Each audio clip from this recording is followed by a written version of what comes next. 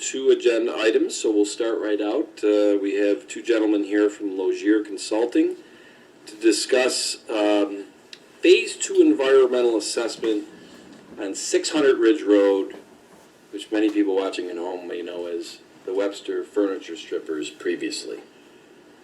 So, Mike and Jim, right? Yep. All right, Shoot away. Thanks, Tom. While we're here is at a request to clear up a few of the environmental concerns that may have come out of this site. We know it's privately owned and also presents a few different environmental hazards for public safety, with the deteriorating building and the proximity to the road. So I sent over some proposals, preliminary proposals, basically an asbestos screen to see if we can help get the building down. Basically to see what we have inside of it is really the point of the asbestos process. It's required by the state to have some type of asbestos survey prior to the demolition. And again, these are all basic proposals. So we wanted to have 2 different things. One was the basic screen, and then the other piece was maybe we do a whole environmental survey for everything that's inside, including the lead and potential PCBs in the ground, soil contaminations from the earlier. I think there was a phase 1 done at one point. So we saw there may be a need for a phase 2, and that's where we brought Jim in. So I can speak to the asbestos after a little bit of Jim's talk. Jim is really the majority of this will be driven by the environmental, the soil and potential below the soil, I guess we want to say. Subsurface. Well, thanks.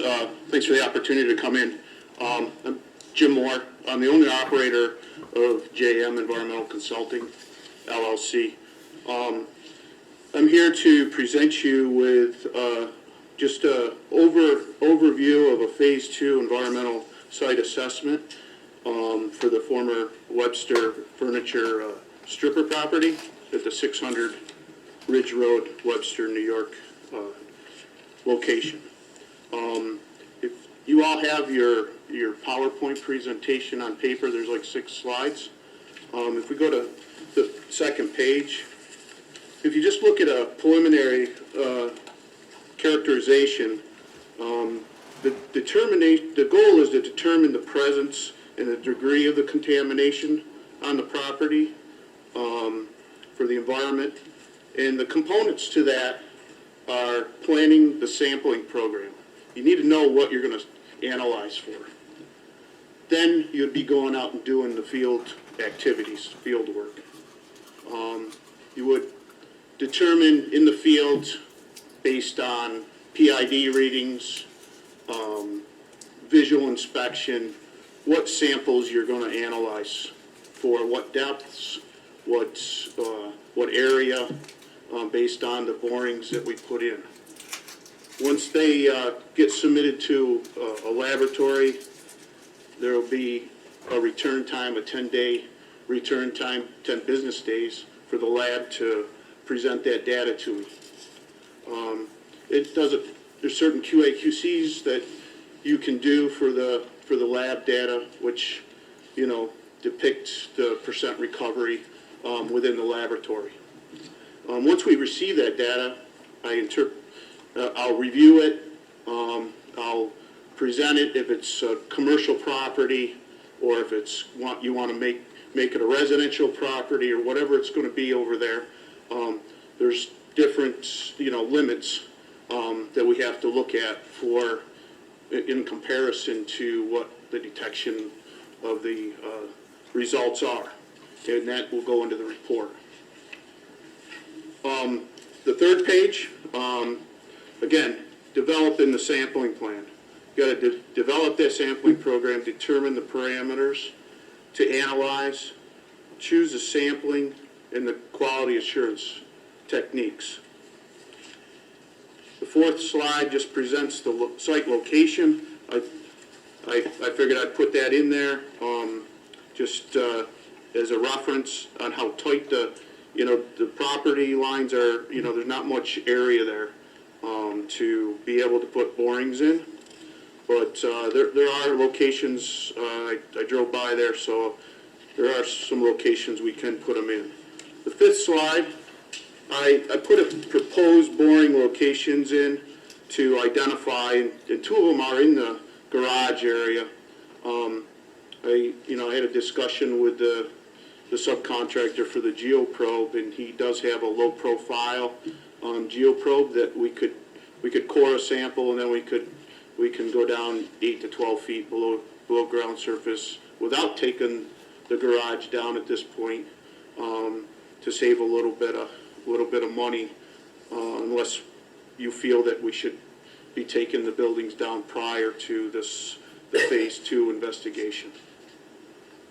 So the last PowerPoint presentation, it really comes down to is the field work. I kind of described it. We, of course, do UFPO, doing the underground utility clearance,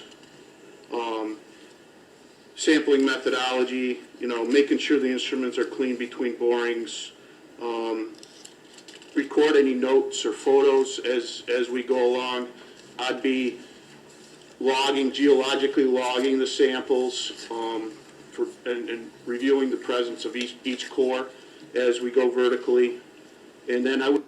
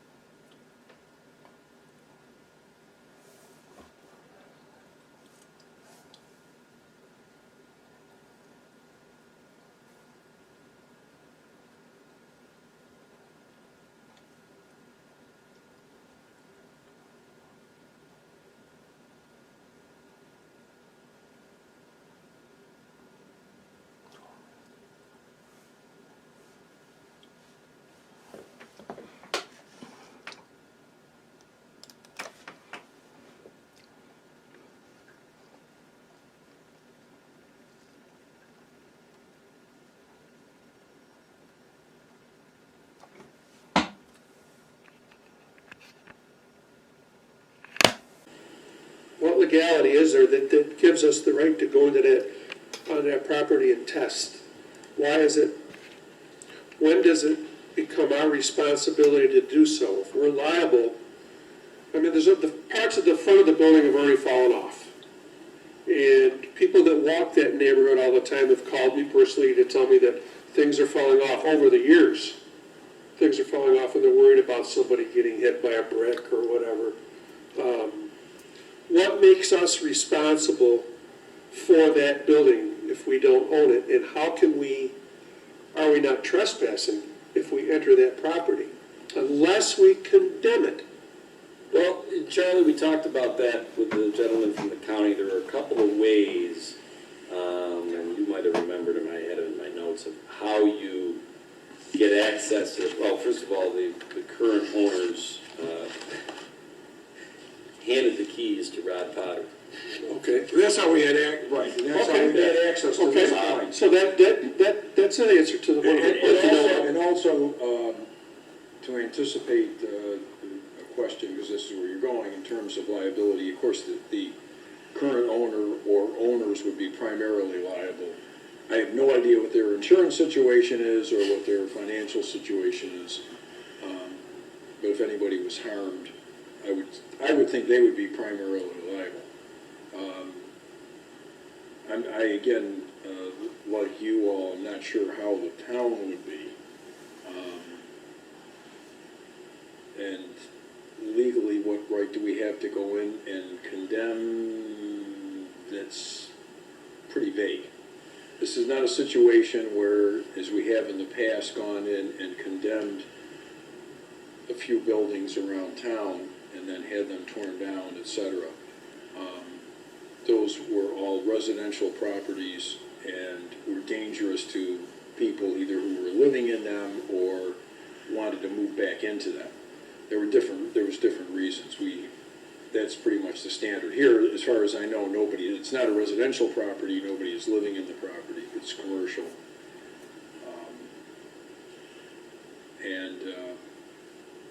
And again, you have a situation where the county has pretty much washed their hands of it. And the supervisor and I, having met with the gentleman from the county, I think we were surprised at the, I don't want to say cavalier attitude, but the county has changed. I'm sorry. Okay, thank you, Karen. I'll move it over here. The county has changed over the years in the sense that the county no longer actually takes ownership of these properties. What they do is they sell the tax liens. And in this case, they have sold tax liens, and so the primary lien holder is an out-of-town company, but they are having trouble unloading it. So there's not a lot of value to this property right now to anybody. And legally, I don't know what right we would have to go in and quote-unquote condemn it, okay? I mean, by we meaning the town. Yeah. Charlie, I'm sorry. If we went with the preliminary testing and there was found to be issues with the property, would then we have a legal right to condemn it?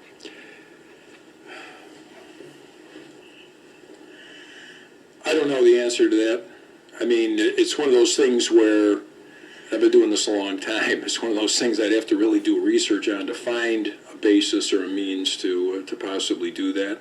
Charlie, under my understanding is that the legal owner of the property would have to do any remediation of that property before it could even be sold. I'll tell you something, since we're talking, and I'll speak frankly. I have a little bit of concern about how far we go with this in terms of expending town money. Because we don't own the property, we don't have a legal interest in it, and even though we may have I'll say small p political interest in it, because the community would like to see the property rehabilitated. And I think it would be a good thing to happen. I think it is potentially a great corner for development. However, the fact is that by law, we're limited in what we can spend our money on. And if we put money into a property that we don't own and have no legal interest, either currently or even potentially, I don't know how we can justify that. It may not be a permitted expenditure. Can I ask it? Sure. I know that, I mean, I don't like spending money, but there you have it. We've in the past as a town demolish buildings. And from what I've heard, it costs somewhere between $30,000 and $50,000 of taxpayer money to demolish the building. Correct. What was the premise? What was the legal by We have law? a, How did we expend $50,000 to Okay, we destroy have a building? in our town code, in chapter 86, we have a procedure whereby the town, usually in conjunction with the county health department, but the town generally can determine whether or not a particular property is a danger to the owners and/or the immediate neighborhood, in terms of health and safety of the people who are living in the house. These are residential properties. They will be charged to the owner of the property in terms of any expenses. But all we have done in those particular cases is condemn them, had the offending structure demolished and then carted away. We paid for that, put that on the taxes owed, but we have not taken ownership, nor have we. Do you think in a situation like that, you put another lien on the property for Yeah, the cost, basically. right? Do you That's think we what ever we've got done, any yeah. of that $50,000 back? I'm sorry, have we ever gotten the money back? I mean, I don't know the answer. usually a property in that condition Yeah, is got. I don't know the issues. answer. I don't know if any. There haven't been a lot of them, but I don't know if what the answer is in terms of if any of them have been a purchase, for example, if the property's been purchased, or if the owners or the owners' families have come back and rebuilt. Yeah. But Charlie, when we talk about whether it's a hazard to the neighborhood, it's a hazard to the people who are living near it, this is certainly not a residential piece of property, but there are people living next door. There are people in the neighborhood who walk by it every day. If bricks are falling off of it. Okay, yes, that may be the case, but again, the other properties, and I don't have that code in front of me, so I can't tell you we have very specific criteria listed. But the other properties that we demolished or had demolished were properties that were literally falling down. They weren't. This is a structure that's still in good shape. It's still there. The other ones were falling down. They were vermin infested. They were very unhealthy. They were really not fit for the purpose for which they were to be used, which was residential property. So this is a commercial, and I think there is definitely a difference. We've never done anything with a commercial property. I'm curious as to why the county hasn't ever done the testing. Because if they did do the testing and found it to be clean, then they could take care of it and sell it, right? They did the testing and was able to define what the phase 3 remediation would cost. They still could at least take title and sell it, because they'd be able to tell a prospective buyer, there isn't an unknown anymore. Yeah. And the county, look, hindsight's 20/20. County's dished out over $60,000 in the last several years. I mean, if they would have had the foresight, maybe they should have spent $8,000 back, but that's not how. It's not how a business would handle the situation. But a county government that has $1 billion budget, that's a conscious decision, Barry, that they are going to pay these 30 properties purgatory into perpetuity. I think it's the worst waste of tax money. I was shocked when I heard the story, but it is what it is. And, it's funny because I had told Mike and Jim, this is the first time I met you, we tentatively scheduled you guys to come in and present today. And I said, tentatively, because Charlie and I need to meet with the county. Depending upon how that meeting goes, we might cancel this. Well, the way that meeting went is that what we found out from that meeting, Charlie, to me, was the next time that it would be up for them being able to perfect their foreclosure would be 18 months from now. And I even said at that meeting, I said, I think that's a blessing, because we might need that time to really figure out what to do. We don't have to go and spend $10,000 today. Nobody wants to spend the $10,000.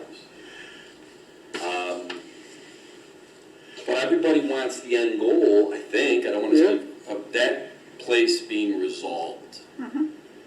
And, I mean, look, if we want, on laws and all that we know of, hey, it's not our problem. But I think it is our problem. It's in our town. It is our problem, because it's our town, and our residents want something to do with it, but how do we do something, how do we do this? I don't know. And, I mean, if we were to do this and accomplish what we would like to accomplish, it would be find out that there is no contamination in the ground.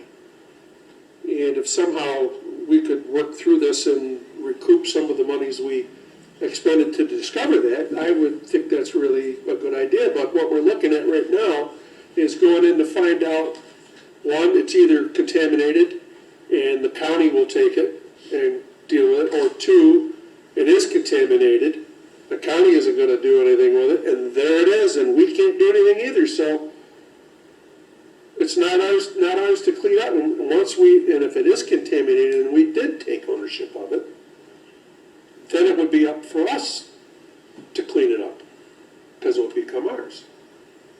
I don't even know how, I mean, I don't wanna pay for cleaning up, I don't wanna take ownership of it. No, And Charlie, I don't even know if there's a legal way, a path to take ownership of it. We did Is it discuss that condemnation? briefly, and I actually did some research on that, because there was a mention of quote-unquote temporary ownership for the purpose of a phase two. Have you heard of that? Have you gentlemen heard of that? Matt, have you ever heard of that, phase of temporary ownership? I looked it up, it was referred to us in the particular law, and I could not find it in that law, and I went to which I have copies of sections of the public health law of New York State to see if I could find something in there. I really couldn't find anything specifically looking. In other words, temporary ownership would then give us the possible right to hire somebody to go into a phase two. The phase two would then become an easement for access. He has the ability So, to. yeah, the term that I was given was temporary possession, which didn't sound. Well, it's a little more, you're right, but it's a little more than an easement, because you're actually going in and doing something, you're not just, yeah. Well, you know, it's funny, Charlie, because when I said that Rod Powder was able to just get the keys from the current title holder, who really doesn't feel like they own the property anymore, I don't think that they would just hand over the keys again for us to do an environmental. Because if you were their attorney, would you? No. Right. That's easy, that's an easy So, one. I mean, No. there's a technical problems here, you know, it boggles the mind, but I don't know. The current, well, you gotta love this. When we were talking to the county said, you know, you could really do us a favor by bringing the assessment down by half, because then we'd have to reimburse less. And I'm like, yeah, I'm not gonna put any time and energy in deployment of resources. Can we raise it? Yeah, I said the same as you. Why would I wanna, I mean, look, I don't wanna get, and we've gone past half an hour. The county said the minimum bid on that property at the foreclosure next year, if nobody bids on it, which nobody will, then they would sell it for $87,000, and that number will go up by the, you know, and, well, who's gonna come in and buy it for $87,000? Yeah. So, you know, we already, they know that, but he wasn't gonna come out and say, you know, he did say, well, in the past, there's some precedents where we took a discount on it, but by law, we have to sell it by that referee deed or whatever the heck it is.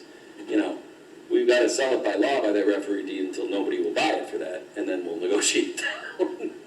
So, It's really in the control of the county. Yeah. To a very large extent, as to how they want to handle it. And again, they've changed because, as they explained to the supervisor and myself, they don't take ownership anymore, or they rarely take ownership, where they used to do it pretty regularly, and they stopped. I don't know what you say. no, they take ownership. I mean, look, the 9 acres were, you know, across from that. They took ownership through a tax foreclosure because they didn't, in their preferred. No, they sold the tax lien on that.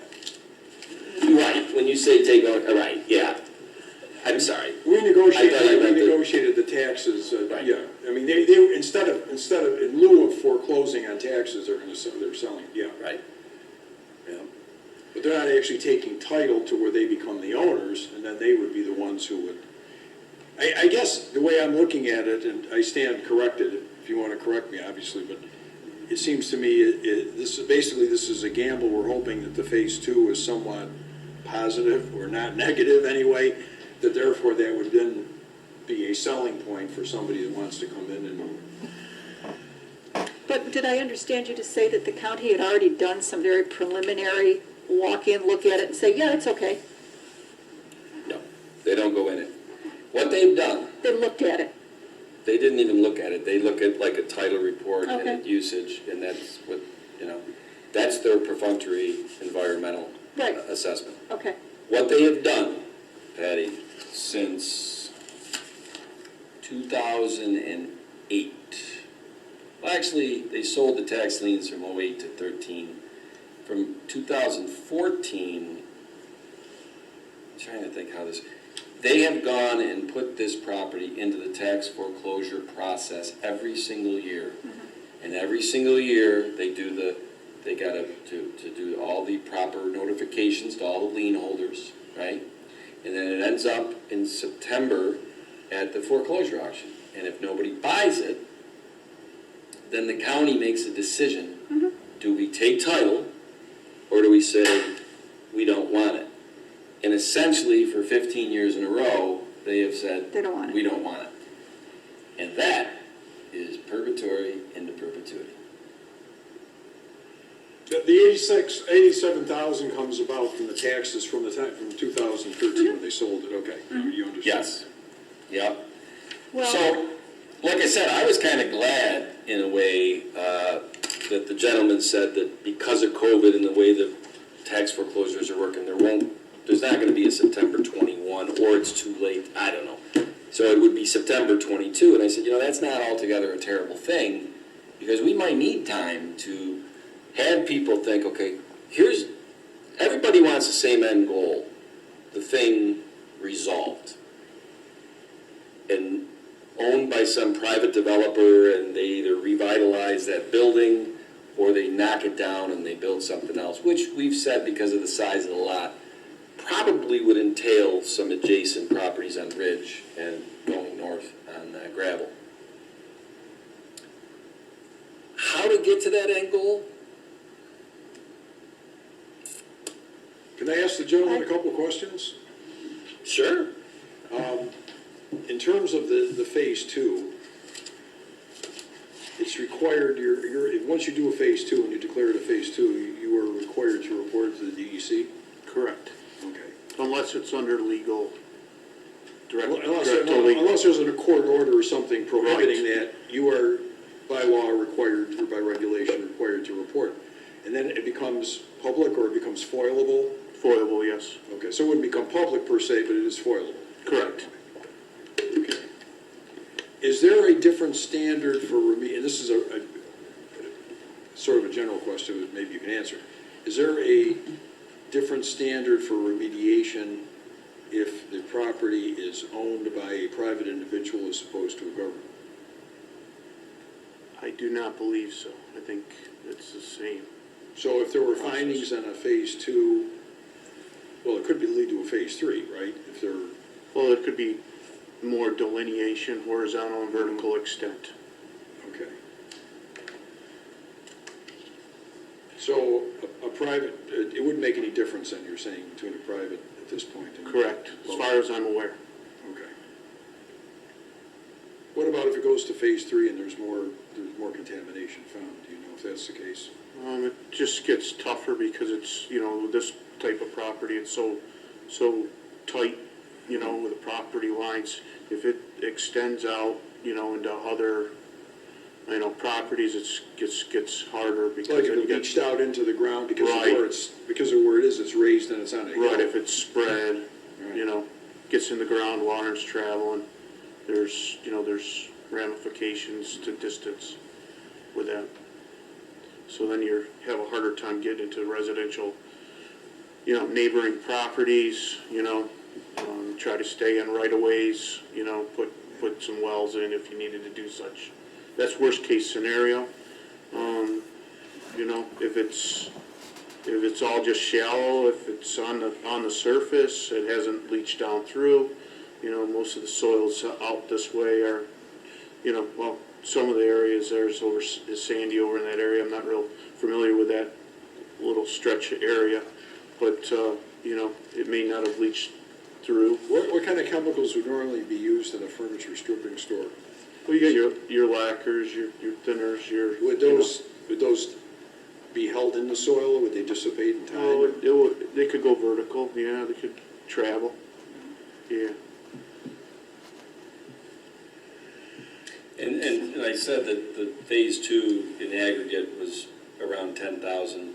It really is around 8,000 on the outside boring holes to see if there's ground contamination that could have gone to other properties. Yeah, the initial In and borings, soils was about $7,000, I think it was.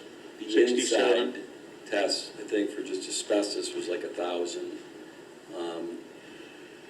And that is because if it was going to be demolished, from what I think you said, it's $50 a ton to take the top property down without asbestos. It's $100 a ton with asbestos. That's what we're, for whoever would be demolishing that. I don't want it to be us. I don't see how it can be us. I'm not, that's not an opinion. That's I don't see how we are legally able to go and do that. I don't want to knock down the building.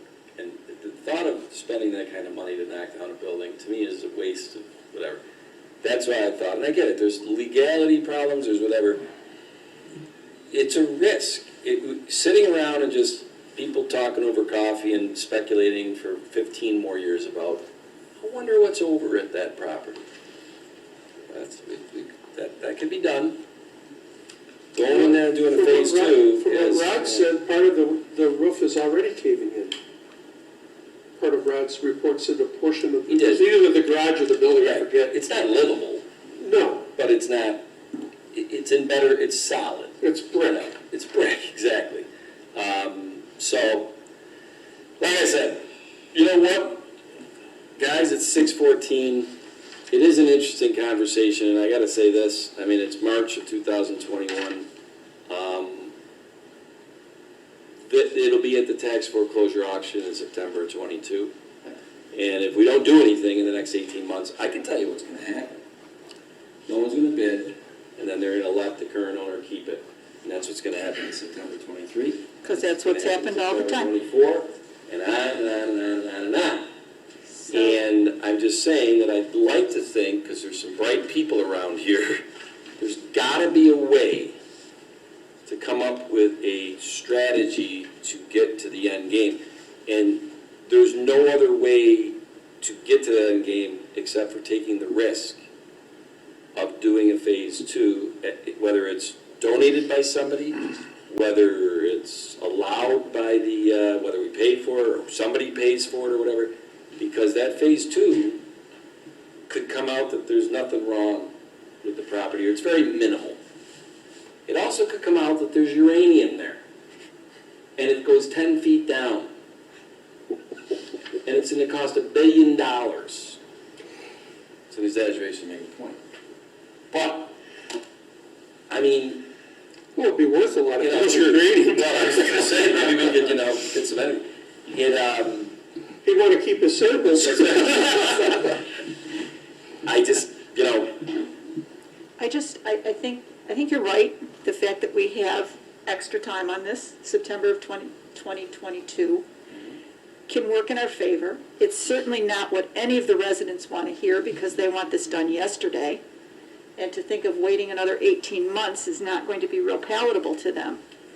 On the other hand, right now I'm not willing to believe that there's nothing that can be done. I think that we continue to explore this, we continue to look from all angles at it, and I really think that certainly the residents will appreciate that we're doing that and not just throwing up our hands. I just believe that there's gotta be a way we can do something. Well, and Danny, I want to make sure, regardless of what we do or don't do, we can't move up that September 22 No, timeframe. no, That is, if residents are upset that nothing can be done until September 22.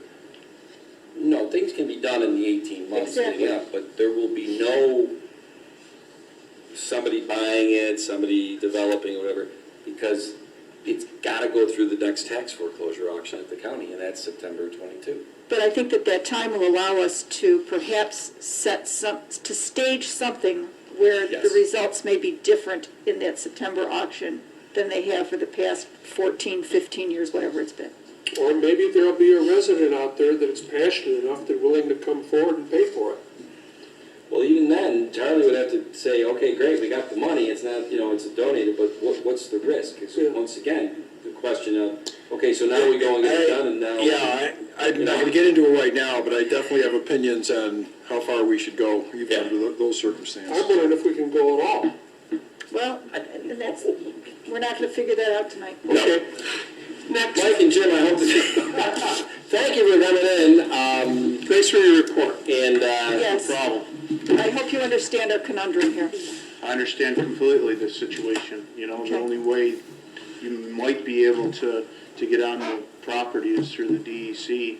It'll limit it, excess, to make sure that there isn't any problems, but again, you're still spending the money, so, but then you would know where you stood, with the with the subsurface, which is probably the most critical, and then the county, like you said, might pick up the property, if there wasn't an issue.